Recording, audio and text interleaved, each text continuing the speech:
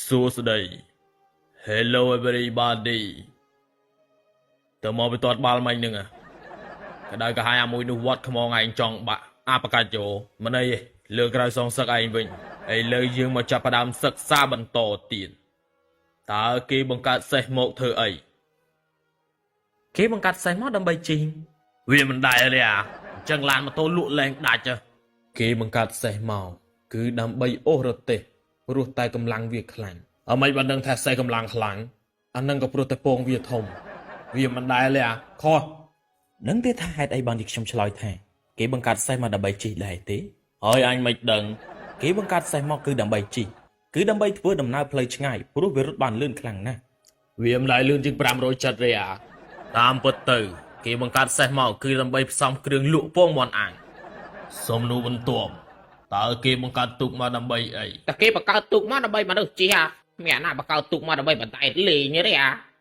ហើយអញមានថាស្អីគេបង្កើតទូកមកដើម្បីមនុស្សជិះចុះគេបង្កើតមនុស្សមកដើម្បីអ្វីជិះអូគេបង្កើតមនុស្សមកគឺដើម្បីមនុស្សជិះសំណួរហែងយូរទៅកាន់តែសម្បើមហើយសម្បើមតាវាអីច្រឡំសំណួរតើសួរម្ដងទៀតគេបង្កើតទូកមកដើម្បីមនុស្សជីចុះគេបង្កើតមនុស្សមកដើម្បីអ្វីគេបង្កើតមនុស្សមកដើម្បីបន្តពូជខុសហើយ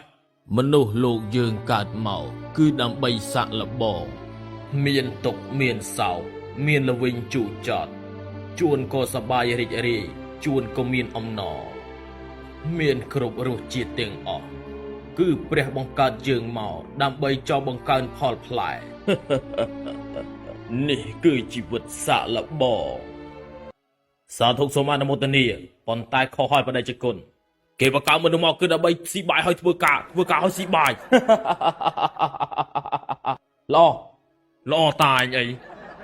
គេបង្កើតទូកមកដើម្បីមនុស្សជិះហើយគេបង្កើតមនុស្សមកគឺដើម្បីជិះទូក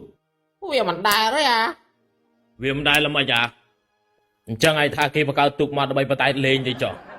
តើមនុស្សត្រូវរស់ដើម្បីស៊ីឬក៏ស៊ីដើម្បីរស់គ្មានណារស់ដើម្បីស៊ីទេមានណារស់ដើម្បីស៊ី